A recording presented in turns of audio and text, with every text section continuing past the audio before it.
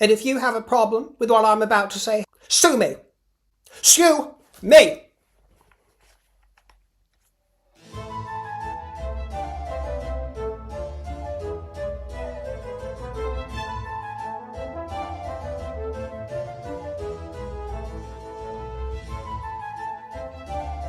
Welcome to the broadcast, my dear old fruits, and my oh my, have I got a juicy show for you today, my dear. Juicy and fruity, and I'm going to be sharing with you some information from Montecito. The smoke signals have been wafting over the Atlantic into my shell-like, so I shall be sharing them with you. Of course, first of all, shall we wish Prince Louis a happy 7th birthday, many happy returns to the 4th in line to the throne of this kingdom, and all her realms, wishing Prince Louis a very happy 7th birthday. And the headlines have all been saying, gappy birthday to the poor boy. He's at that stage, my dear, where he's all gaps. All gaps. I had the opposite problem. I had 2 adult teeth come through at the front. My 2 front teeth came through absolutely fine, but all the rest of my teeth remained milk teeth and baby teeth after everybody else's had all come out for quite some time. Eventually, they had to pull them all out, or 13 of them. I remember the number 13 in one go. And then I think there were other times when they had to pull the rest of them out. They just weren't coming through, my dear. So I had the opposite problem with these 2 big teeth at the front and nothing else. So I know what it's like to be gappy, but we got there eventually. Well, regarding Meghan Sussex, all of the reports this week say that the Female Founder podcast is floundering to the point of crisis after just 3 episodes. 3 episodes in, and it's flopping, my dear. A source close to the production spoke exclusively to the Daily Mail, although I'm a little bit confused because Radar Online gave more or less the same exclusive. So it's between these two, my dear. They both are claiming exclusives here.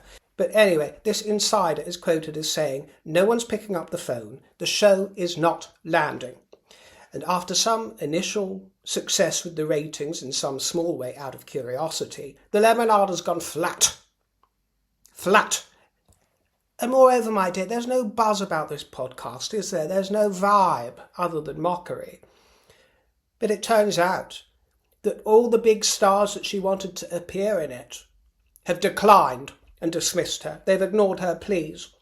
Now, I cannot say, of course, what's coming up. I don't know. She's oiled herself into Beyoncé's good graces in the past, hasn't she, my dear? Years ago, getting so excited for receiving texts from her queen, Queen Bee, saying that she's been healing generational trauma for all the people of colour throughout the world. Yeah, right. Well, I adore Beyoncé. I actually adore Beyoncé, and I think she's so incredibly talented. But that put me right off, I've got to tell you. That put me right off of her, as well as their choice of husband, which is really rather questionable. Meghan also, of course, oiled her way into the kitchen of Gwynnie, didn't she? The Paltrow kitchen. So she may yet pull a rabbit out of the hat of some kind and bring someone into the podcast, although I doubt it. All indications are that her pleas have been rebuffed and dismissed by anybody of note and anybody of consequence. The source continues, there's no Taylor Swift, who adores Prince William, by the way, if I may just interject there, and adores the Waleses. So there you are when it comes to Taylor Swift. She knows where the bread is buttered. There's no Taylor Swift, no Beyoncé, not even a Hailey Bieber. And when you're pitching female empowerment, that's a problem. It speaks volumes for her pulling power. She's not happy about her lack of appeal. That is because she appeals to nutcases and squirrels and Fruit Loops who brandish their victimhood as a career, doesn't she? That's who she appeals to. And Harold Mountbatten Boy Windsor, of course, let's not forget him. So far, do you remember, episode 1 she had Whitney Wolfpack, then last week it was Reshma Saujani, and this week it's the turn of Cardi Lee. I don't know how all these names are pronounced. And she is a friend of Meghan's, and she's a hair colourist of note, and Meghan is an investor in her company. This episode's called Building Your Brand Brick by Brick. How mean to call her husband a brick, but if the cap fits. Anyway, we're going to come back to the podcast in a moment. First, the whisper.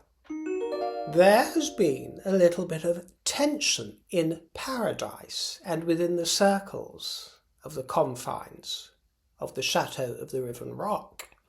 and I have received reports from one of my spies overseas who is immaculately placed and is in fact a double agent. Those honeysuckle-clad walls of Montecito have ears, and I will say that what I'm about to impart to you is what I have been told, not what I know as fact.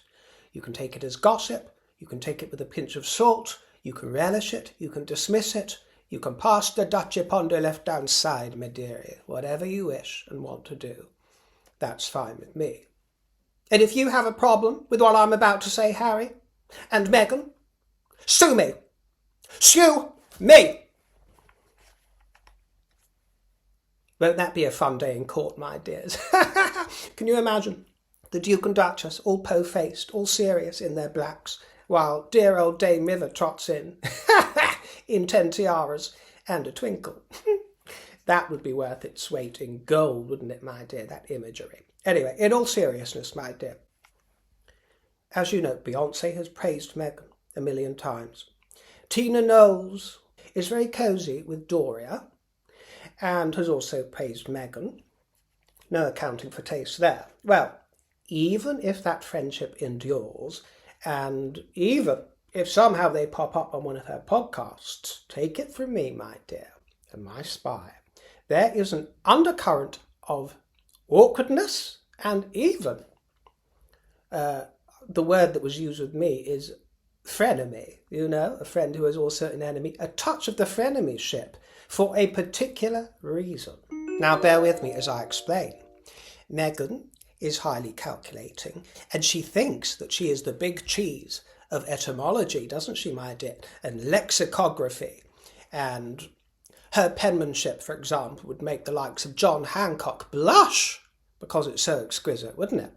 Well, you know, she's always had this obsession over archy, Archie, arc, all those derivatives, my dear, which of course begins with monarchy. My archy, my kingship, my king.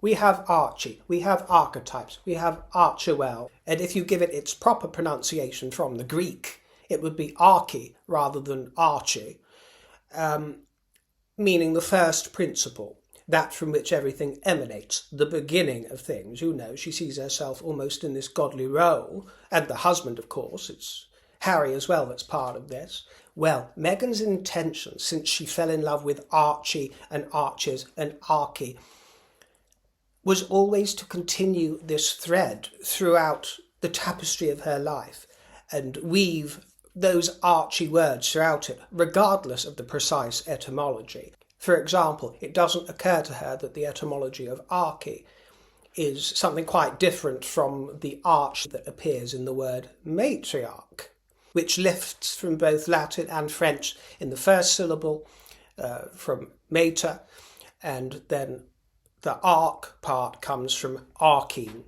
which is Greek to rule. Well, of course, Meghan, being the chief executive that knows what's key, made a list of bullet points a long, long time ago, brainstorming and thought-showering any words with arch or archy in them, because she just loved the word and she thought she was so clever. And chief among them was the word matriarch. Yes, matriarch, of course, it relates to motherhood, and being a girl boss, womanhood, the perfect hostess of the family, you know, everything that it entails, my dear. She absolutely loved it. Matriarch. And it had arc in it. Perfect. She wanted to use that in some format.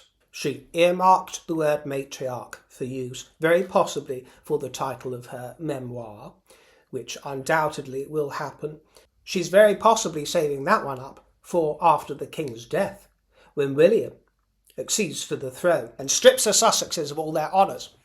Then she'll bring that cat out of the bag, won't she, in that mischief? Well, she earmarked the word, and the shortlist was shared with a select few.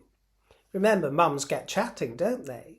At those little mothers' meetings of Montecito.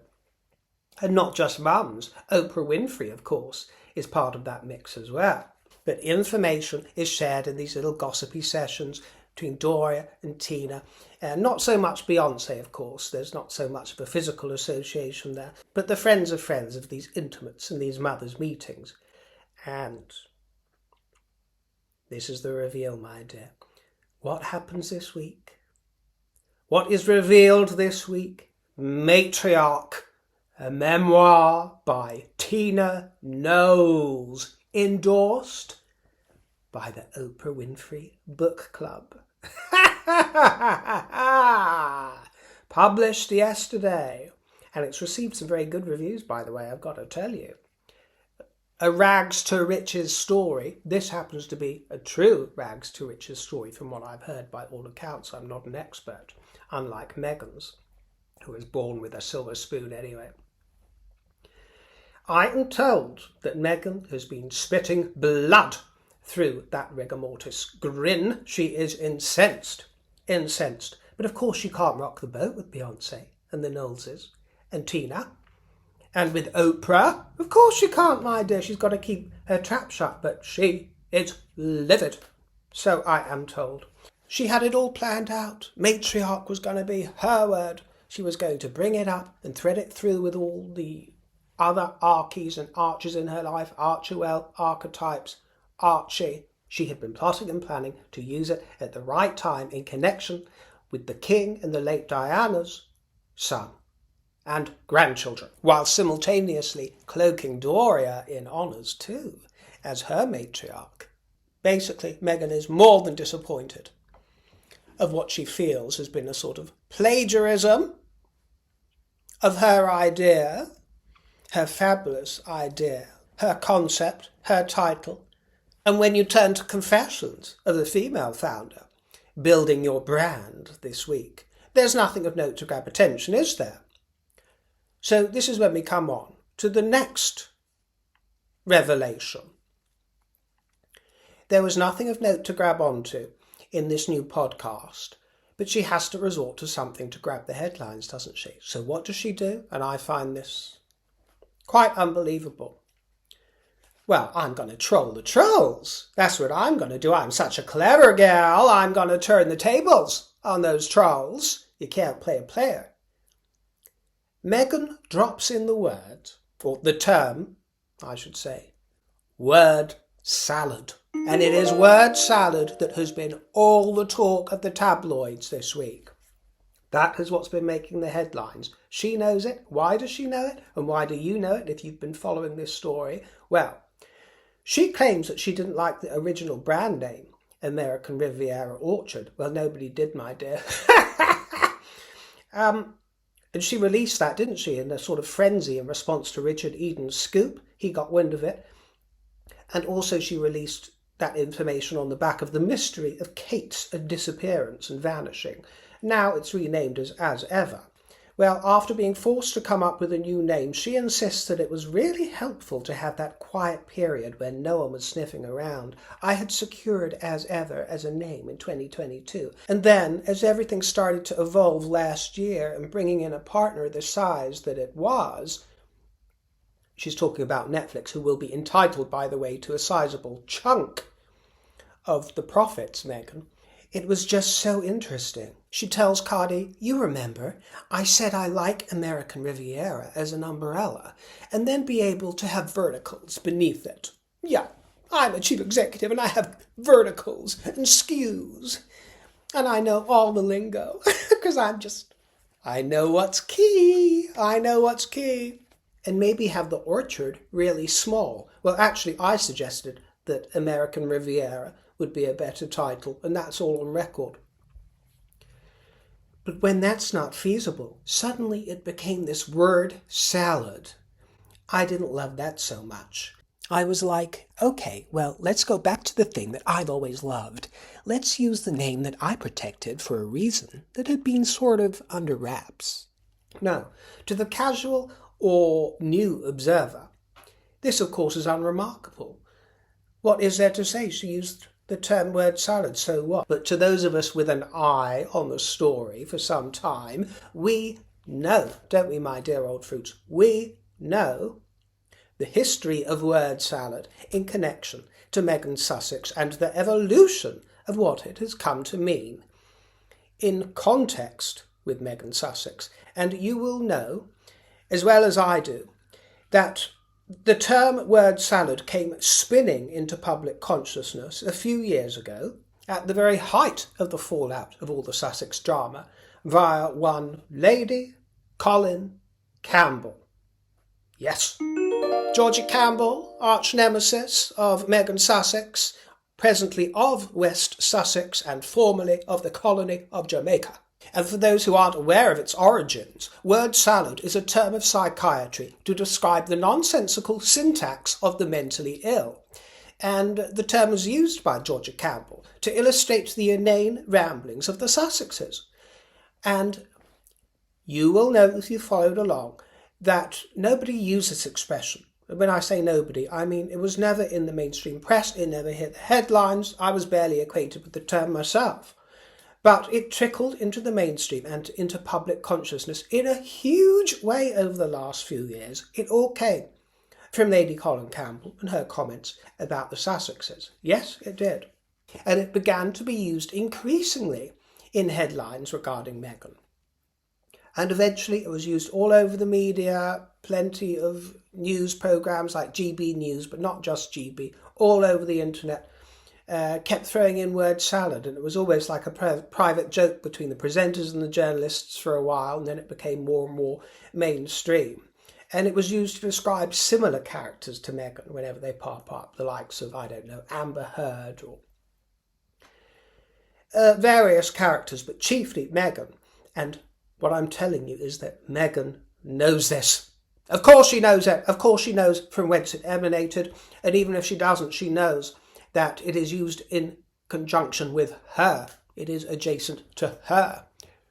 The term word salad is inextricably linked to Meghan Markle now, and she knows it. So she thinks she's being oh so clever, oh so sophisticated, oh so postmodern by throwing it back in everybody's faces and dropping it into the podcast for attention, doesn't she? How ironic, she thinks, how postmodern, how contrived.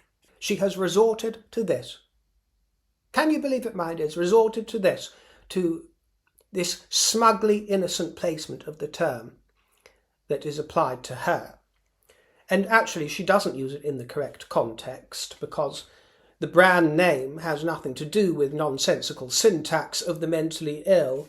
Or does it? Or does it? When they tell you who they are, believe them.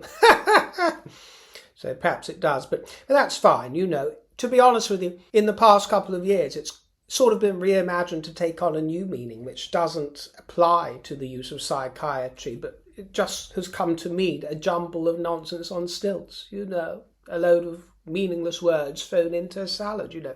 It's a wonderful piece of imagery, isn't it, for the mind? But indeed, it was, in fact, Meghan's arch nemesis, Lady Colin Campbell, who was the fountainhead of the word salad wonder. She was the wellspring. She was the Archie well, the well of everything Archie. She was the matriarch because she birthed the term into public consciousness. Does this gal seriously think that she is going to have Georgia Campbell quivering in her boots? That she's got one over on Georgie Campbell? I do not think so, Meghan, my dear. Have a word with yourself. You tried to get one over on the late Queen Liz, didn't you? Recollections may vary is all that was required to put you in your place.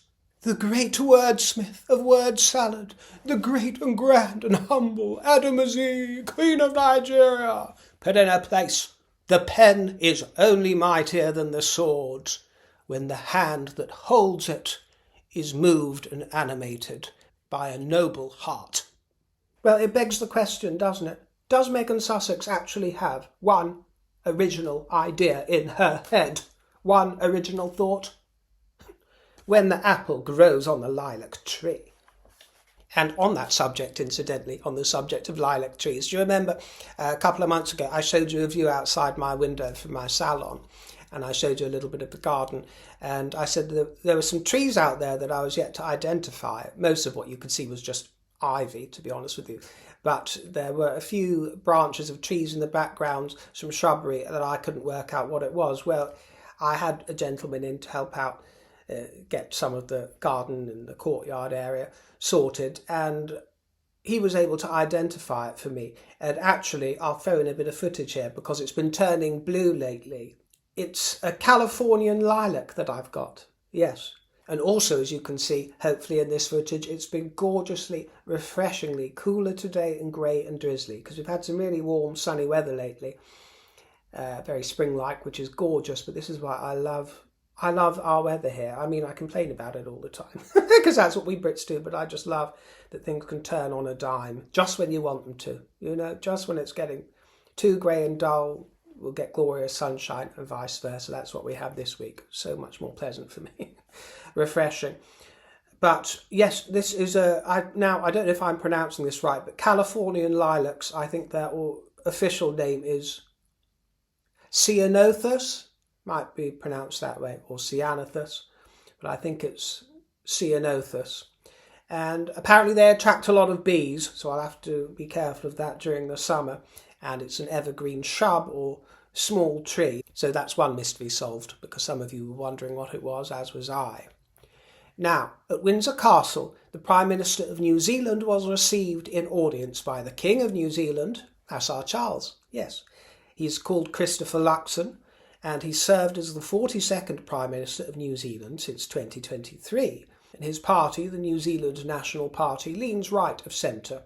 His Majesty King Charles III has a deep love of New Zealand. It was an honour to have an audience with him at Windsor Castle upon my arrival in London.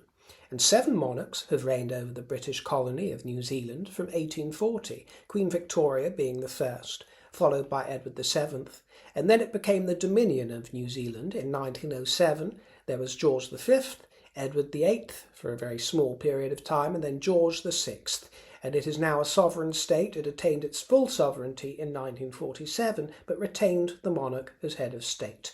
There was, of course, Elizabeth II and now Charles III.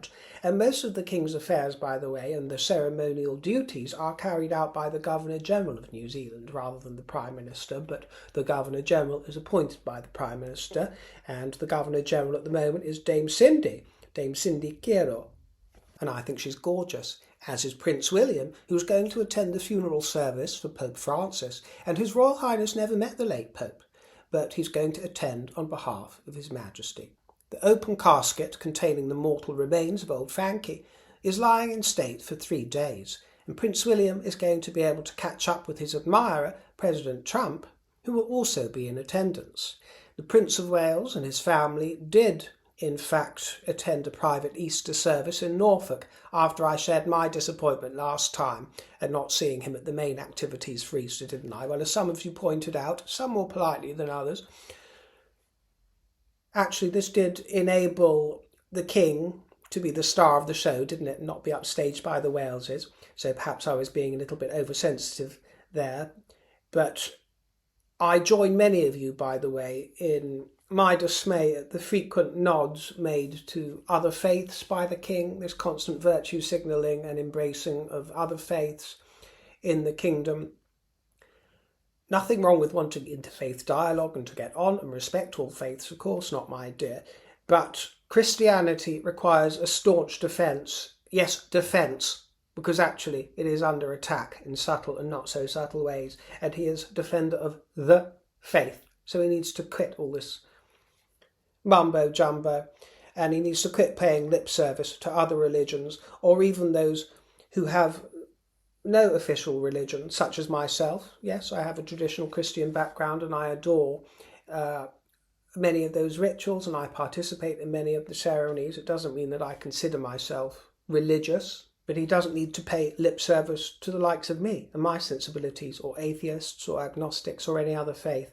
He should focus on the Anglican Church and the Church of England and Christianity, of which he is head, because it is a pillar of monarchy, and at this moment in time, Samson is in danger of emboldening Delilah.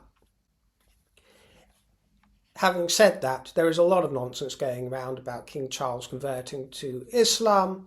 There is no conversion to other faiths whatsoever. All nonsense. As Arthur Edwards, by the way, who is the famous royal photographer, was saying yesterday on Loose Women, which is on YouTube, by the way, if you want to seek out the interview, Loose Women, they have their own channel, but he was saying very kind words about the King and Queen, and he was mentioning what a deeply and devotedly Christian King Charles is. So don't listen to all the nonsense you hear out there. Charles is simply a very compassionate and loving man at heart, as Arthur Edwards makes very clear with a few nice stories about how he looks out for Arthur, how the king looks out for Arthur and has done throughout his career.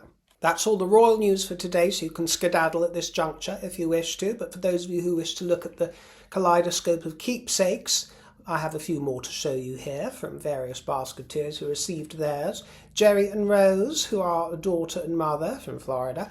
Well, they actually asked me to dedicate my note to my favourite Floridian fruits. Well, actually, I have many basketeers in Florida, so I don't want to pick favourites, but you asked me to write that, so I indulged you, my dear. But I have many, many basketeers in Florida. The orange fruits of Florida.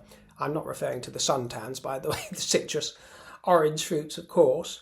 Well, Jerry told my secretary, Miss Fairfax, she said, my mother and I have received our keepsakes. I really am River's biggest Floridian basketeer, and we couldn't be happier. I'm so glad that you're happy, my dear, you and your mother. Blessings to you, my dears. Very fruity indeed. And then there was Lady Joyce of Rotherham in the kingdom, and I can read some of the birthday tidings on one of her mementos. May flowers of love thy birthday bless, and bring thee every happiness. Lovely, lovely Lady Joyce. And then we have Monica, who has more or less a shrine of river memorabilia, I gotta tell you. I'm sure that Monica won the prize for arts and crafts at school and had the neatest pencil case. I bet she made a good brownie, or do you have brownies over there? I think you have campfire girls, don't you? I'm not quite sure. Quite a fabulous shrine she has. Hard to outdo that one. I do so want to see you, dear, but cannot tell when I'll be free, because every time that I set out, there's something comes to hinder me, and I picked that one for the red hair and flushed cheeks that our Monica also has. The whole tableau is adorned with luscious pears and a really fabulous frame that you found for the photograph, Monica dear. Fabulous. Thank you, thank you. And Cindy in Minnesota provided this charming tableau. I love the soft focus and the silver serving tray, the delicate china and the twinkling lights. Lovely. And one more today from Julia in Germany, Berlin in fact, the Kit Kat Club. And here she has given me the honour of placing me next to the late Queen Liz. Never complain, never explain. You better believe it, my dear. Well, I do complain rather a lot, don't I? I do complain and get a bit grumpy and grouchy, but what can I say? That's just between you and I, isn't it, my dears? Just between you and I, my fruit basketeers. Thank you for joining me. I look forward to seeing you next time for more fruity chat. Let me know your fruity thoughts with a juicy comment. And if you care to treat me to a fruit cocktail, then my tip jar is in the box. Thank you, my dears. Ta-ra and toodle pip.